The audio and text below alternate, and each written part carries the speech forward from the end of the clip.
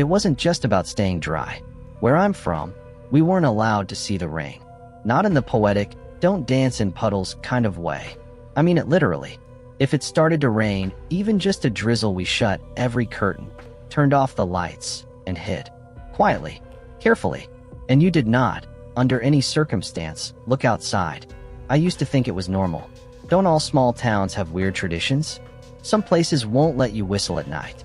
Others nail horseshoes above door frames, or hang mirrors opposite the front door to keep spirits from walking in. But this wasn't a superstition. Not to them. It was a rule. A law old as the dirt we lived on. Everyone obeyed it. No one ever talked about it unless they absolutely had to. I only understood how deep it ran when I brought a drawing to school once, crayons and rainfall, a kid holding up an umbrella, completely innocent. My teacher saw it and went pale. She tore it in half, told me never to draw those things again, called my grandmother. I got the switch that night, not because I'd done anything wrong, but because someone might have thought I remembered something.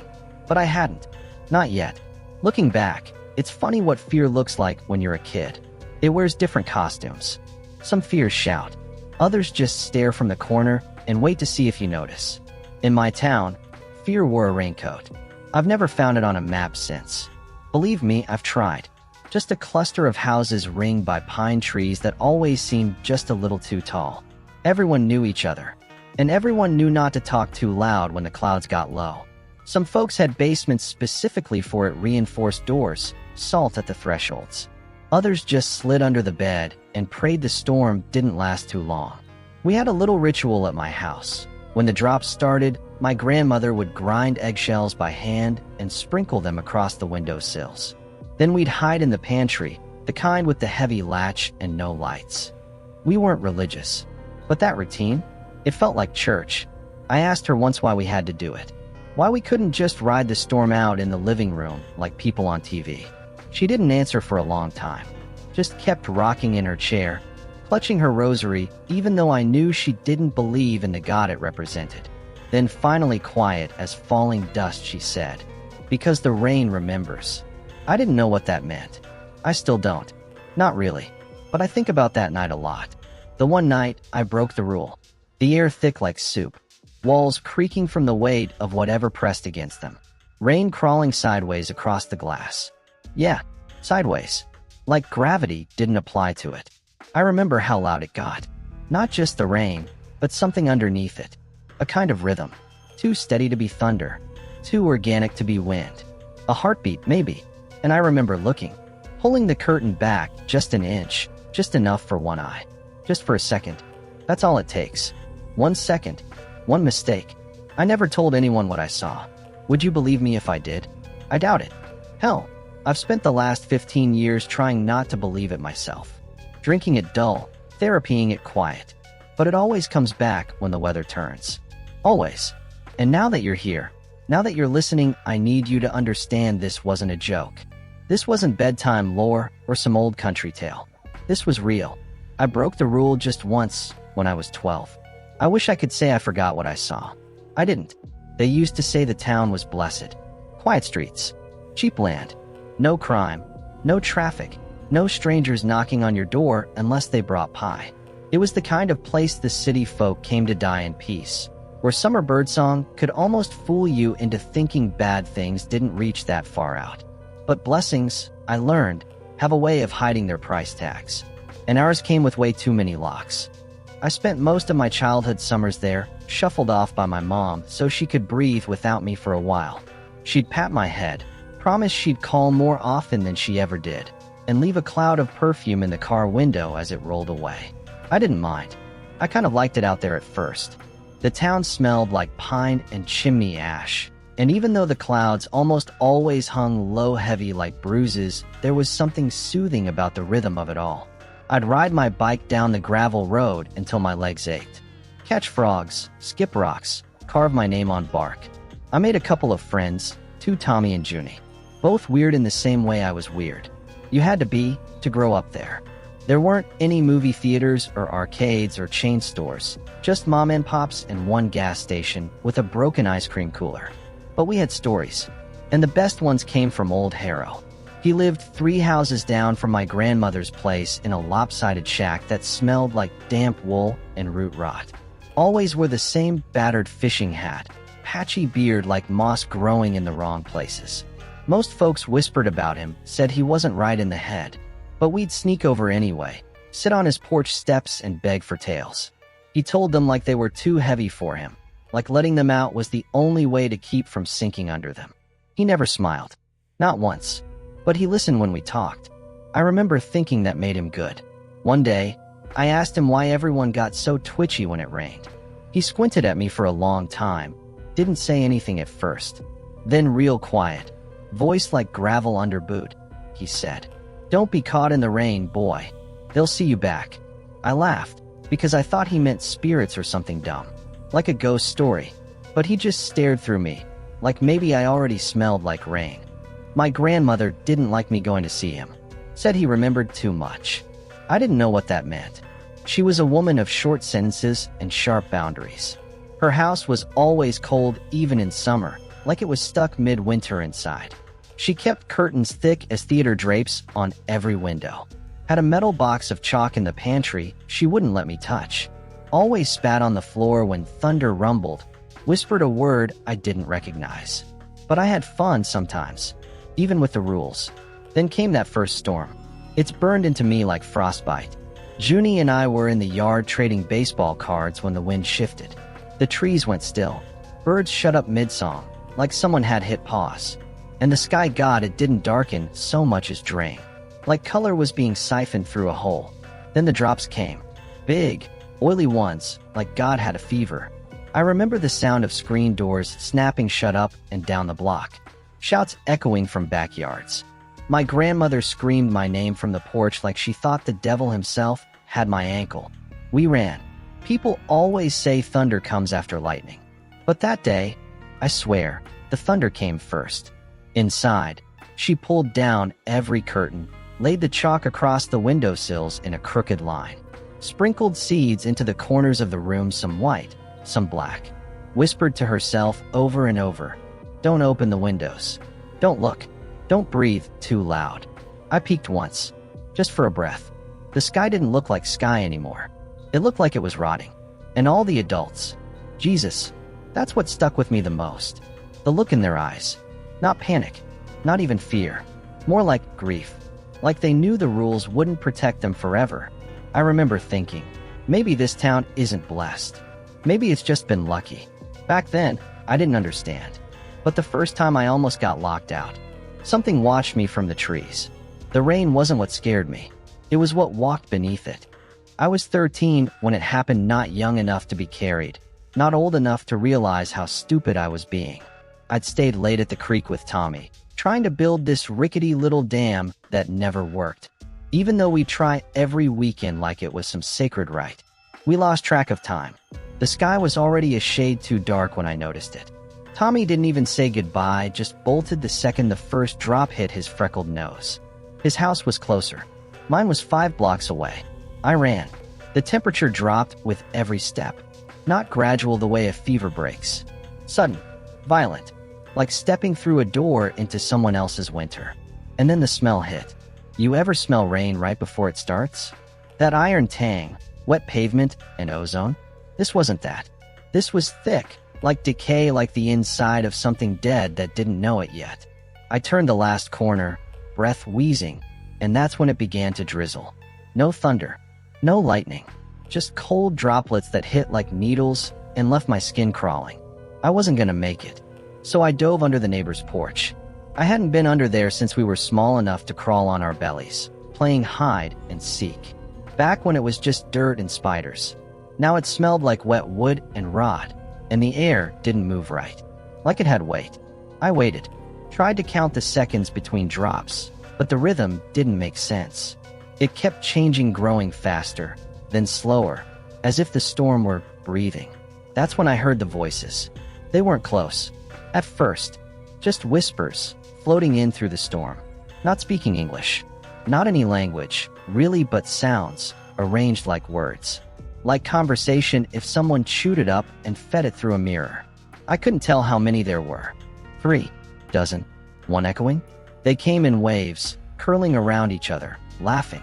I swear, they were laughing short, metallic bursts, like someone clicking their teeth in just the wrong way. I pressed my back to the dirt and held my breath. And then I saw them. Not directly, just movement. Feet. Bare, walking slowly, calmly, only inches beyond the lattice screen that separated me from the yard. But they weren't human feet. Too long. Toes pointed like roots.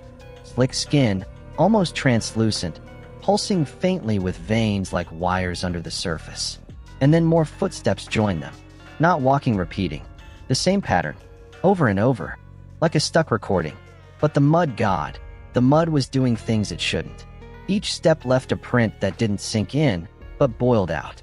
Bubbling upward, like the weight was coming from the sky instead of the body. The voices came closer. Still distorted. Still wrong. And then they stopped dead still right above me. Silence. A long one. And then, slowly, drip, drip, drip. Water fell between the porch slats. But it was warm. Too warm. Like spit, not rain. I tilted my head, just slightly, just enough to glimpse through one of the gaps, and saw something crouching. Not standing. Crouching. Hanging upside down from the bottom of the porch beams like a spider. Its body was too thin, too long. No face. Not exactly. Just the vague shape of a man. No clothes, no hair. Skin stretched tight, and wrong. Too smooth, like it had never been cut. And where I expected a mouth, there was only a curve. A smile that wasn't made of lips. Just an absence, like a mouth printed in negative space. It pulsed when it breathed, and then it tilted its head toward me. My body froze. Every instinct screamed to run, but I couldn't move. I couldn't blink. I think part of me just died in that dirt. Then, whatever it was giggled.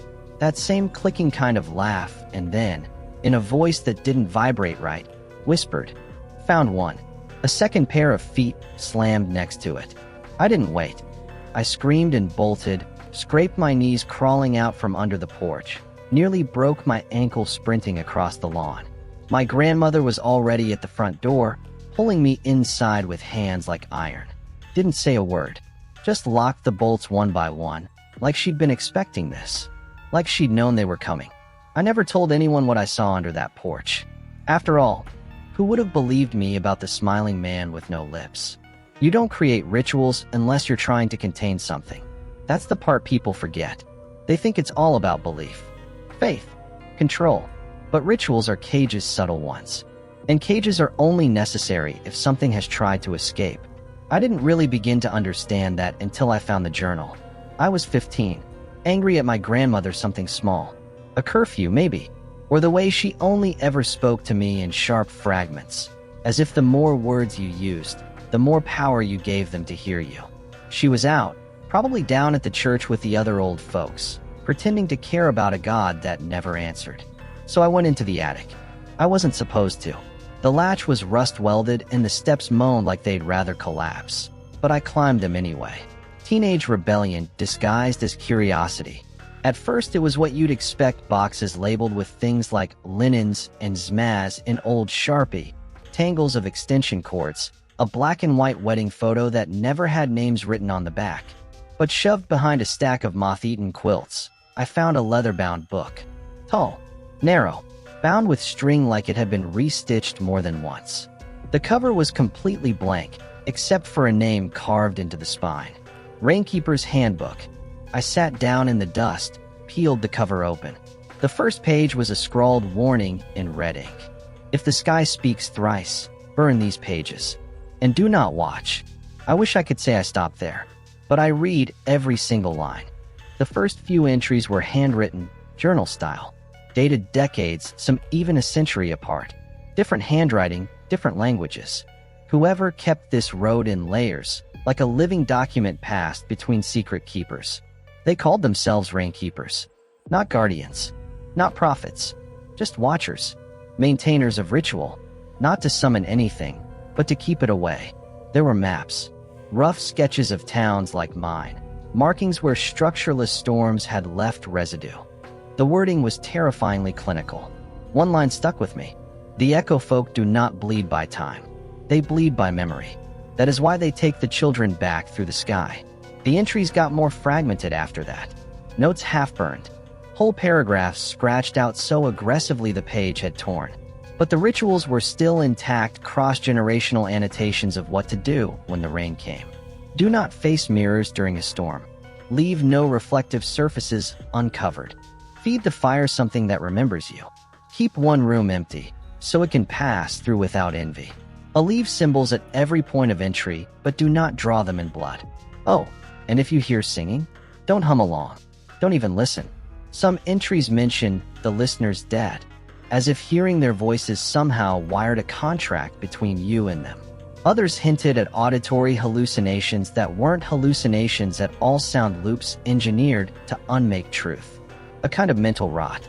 But the part that scared me most, and I mean bone deep, gut sickened, Grandma's chalk doesn't work anymore, scared, was a page from 1978.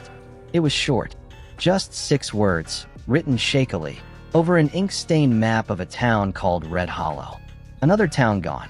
Weather report erased. No one remembered Red Hollow. I asked around, subtly at first, but the people I questioned just blinked, cocked their heads, and moved the conversation somewhere safer. Like the memory had been soaked out of them. There were more towns in the Rainkeeper's book. Towns I couldn't find in any record, not even obscure forums or amateur map archives. Names like Bitter Run, Hollow Pike, St. Eco, Cindermore. All gone. All marked with the same symbol. A crescent moon carved in reverse. Sometimes ringed in water droplets. Sometimes surrounded by tally marks. On the back cover was a torn corner of newspaper, taped down, yellowed and brittle. Local article from the 40s. No date. No byline. Just the headline. Children drenched, 3 missing. River found singing. I sat there for hours, cross-legged in attic dust, turning page after page, afraid that blinking might make the book vanish. That maybe the act of knowing had painted a target I'd never get off. Because the deeper I read, the clearer it became this wasn't just our town's secret. It was a pattern, a system, an infection, wearing water the way wolves wear sheepskin. The rituals weren't about superstition. They were emergency protocol.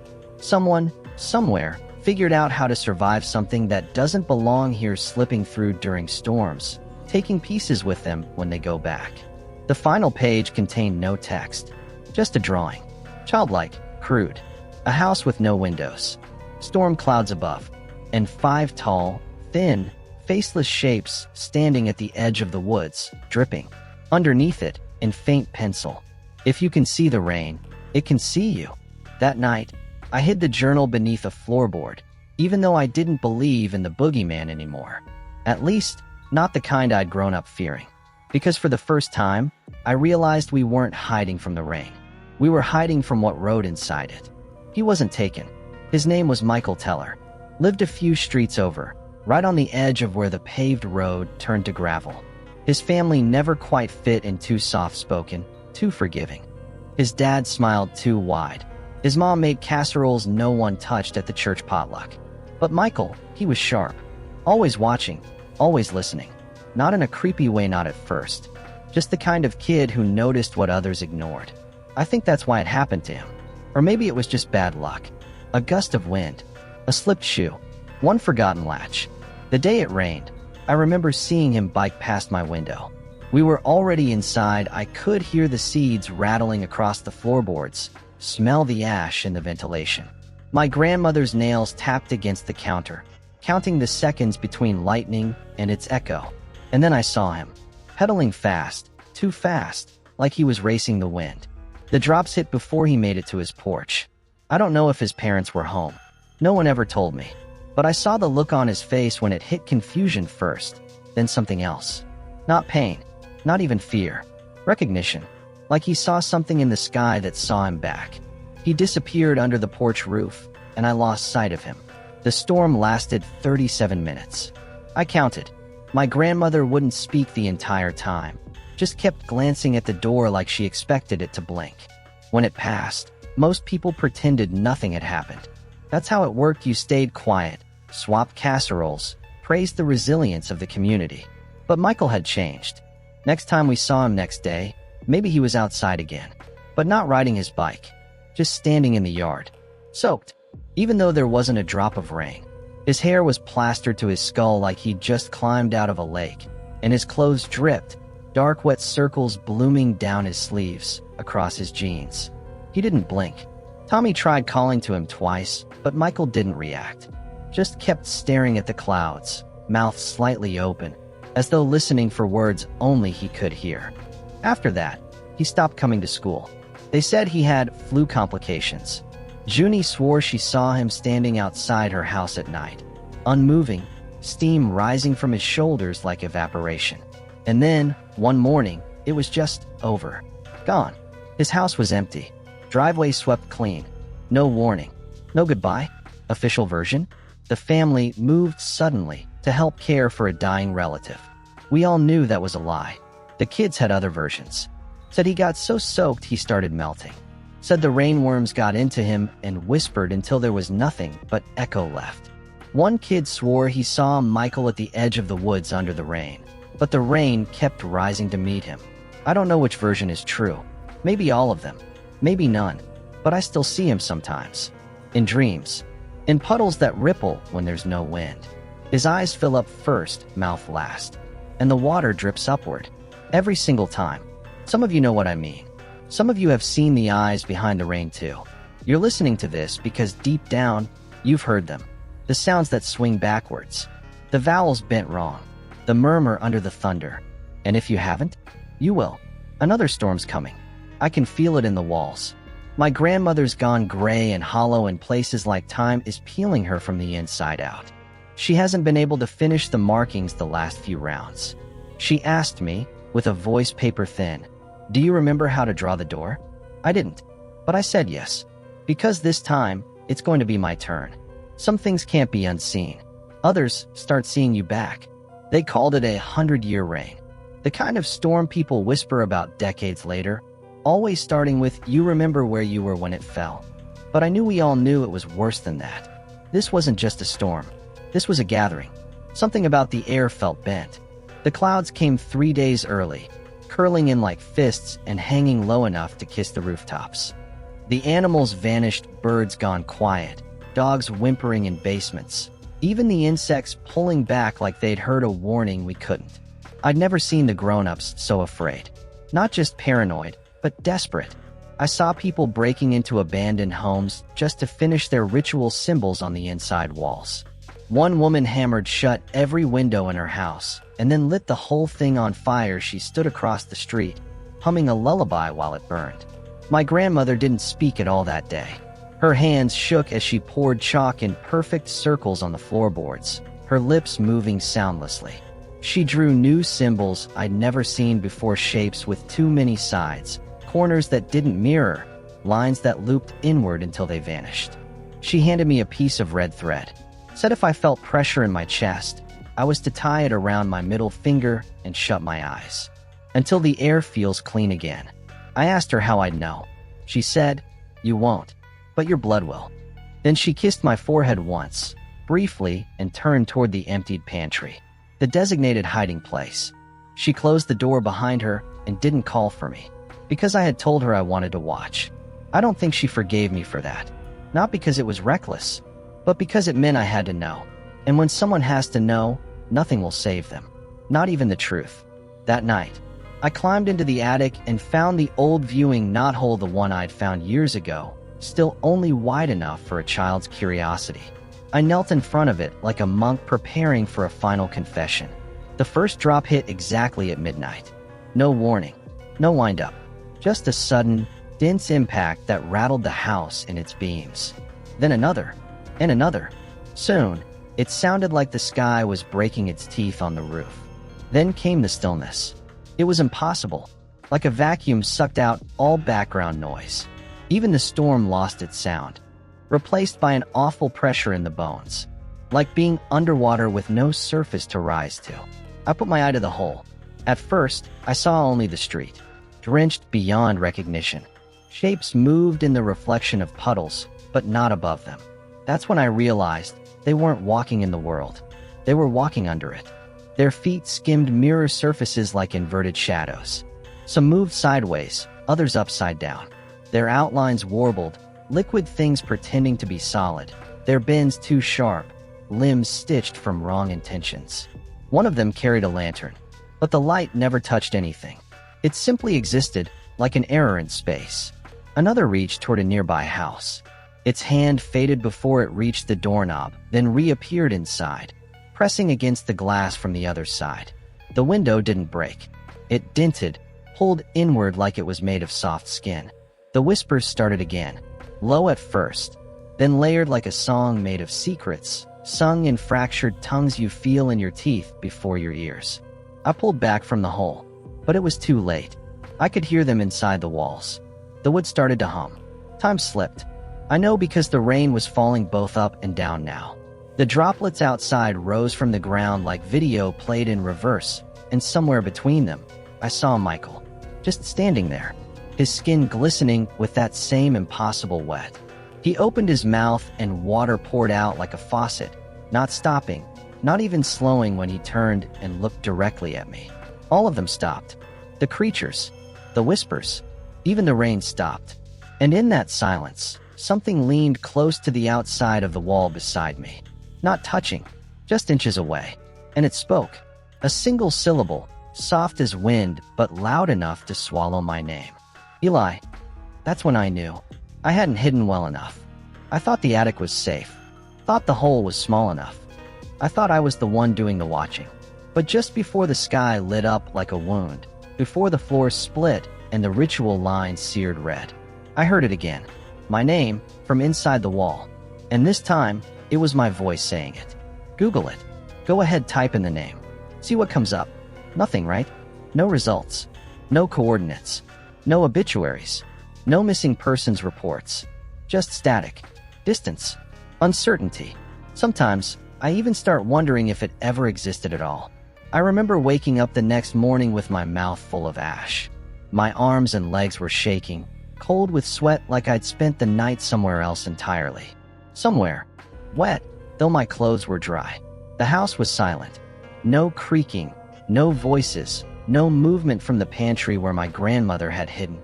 When I opened the door, the pantry was empty. No chalk, no thread, no warmth.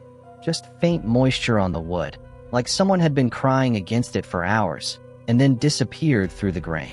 I ran down the stairs. I called her name. I checked every room. Nothing. Out the window, fog draped the neighborhood like a burial shroud. The color was still drained from everything: the lawn, the sky, even the sun felt pale and hollow. I stepped outside. No birds, no buzzing, no tread of life. Every house was open doors swinging slightly inward. Some windows cracked. All empty. Not trashed. Not looted. Just hollow, like the people had been peeled away, one by one. I followed the trail. Each front step had water stains, drying in awkward spirals like something had emerged dripping and moved slowly toward the street. No footprints. No signs of struggle. Just those trails that ended in the middle of the road and vanished. I should have been panicking, screaming, but there was this strange calm, like something humming just below the surface of my brain, sedating every panic response with a single truth: they got what they came for. I packed nothing, just kept walking, out of town, through the last of the fog. I didn't look back. I never found it again, not for lack of trying. For years, I searched. State records, civil registries. Talked to people who grew up in counties that no longer list that stretch of road. Showed maps to survivors and veterans and weathermen, and heard the same shrug over and over. Could be a misprint. Storm probably ripped it up. Whole towns vanish sometimes, you know. Yeah, I know.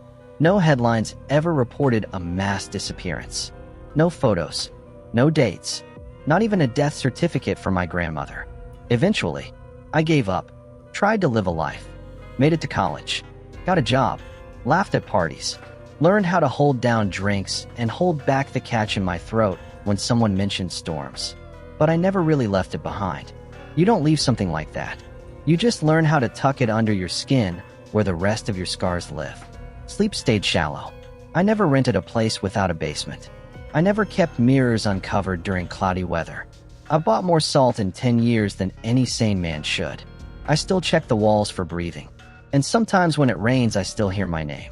Not from outside, not from up above, but from places it should never reach. The vents, the pipes, the drain. I moved on, or I tried to, but it started raining yesterday, and I heard Michael's voice in the drain. If you're hearing this, the rain has found its way into your room too. Check your windows. Go ahead. I'll wait. See that fog between the panes? That streak that wasn't there this morning? You didn't leave the window open. You don't remember it being damp, but it is. Just enough to smear. Just enough to remind you that something is breathing on the other side of the glass. It's been 10 years. 10 quiet years. I moved states. I changed my name. Got a job in a windowless records office because I couldn't stand seeing the sky anymore. Tattoos to cover the memory thread scars on my fingers. Therapy. Silence. But you can't outrun rainfall. Not when it's alive. At first, it was subtle. The smell of damp concrete in rooms with no plumbing. Taps that dripped in patterns too perfect to be random. Walls that sweated in dry season. Mirrors that fogged when I whispered my own name. Then came the dreams. Wet skin. Long corridors. My bedroom submerged without drowning me. A voice humming just below the sound floor, clicking its syllables along the baseboards. And Michael, always Michael, smiling with his mouth full of water. So I started the rituals again. I found the old chalk, sketched the door sigil above the frame, burned juniper under the sink, covered every mirror, switched off electronics when the first cloud rolled in. But nothing's working now. The symbols fade. The thread unknots on its own. My phone records static even when it's powered off. I talk to people online, strangers who live in warped pockets like mine, who say their towns don't show up on postal records anymore. Some of them remember St. Eco. One had been to Bitter Run as a child.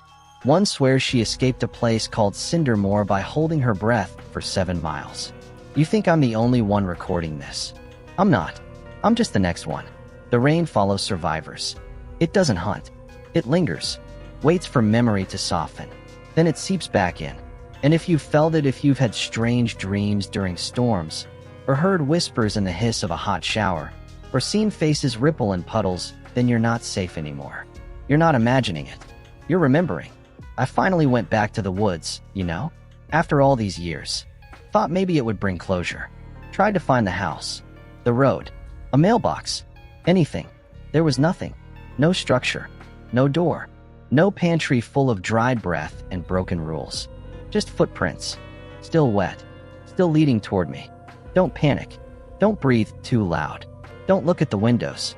The rain's been falling for 4 hours now. I've checked every sigil, every mark, every line of salt twice. Some of it's fading faster than it should. I can hear it wearing away, grain by grain, like teeth on a bone. They're here. I can feel them in the walls, in the wires, in me. There's a frequency too low to register, unless you already know what it is. It resonates in your jaw, just beneath your molars. A pressure that builds with every drop, every storm. My ears are bleeding. Just a little. Not enough to be fatal. Just enough to etch memory. I thought I had more time. I don't. Listen to me, please. Remember everything I've told you. Write it down if you have to. Carve it in wood. Bury it in wax. Use this story as your handbook. Your ritual. I am not a prophet.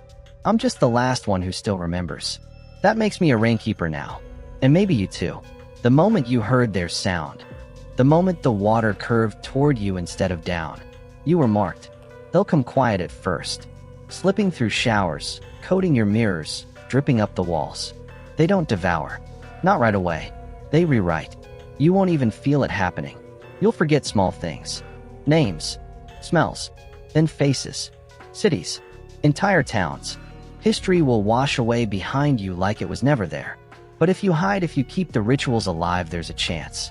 Make a room with no corners. Light a flame that's never flickered. Hang wool soaked in silver vinegar. Memorize a story and never stop telling it. Especially during storms. They hate remembered stories. If you've heard the voices too, let me know. Leave a comment, describe what they said. If enough of us compare notes, maybe we can figure out why they need us wet. Maybe we can stop the next erasure. Maybe.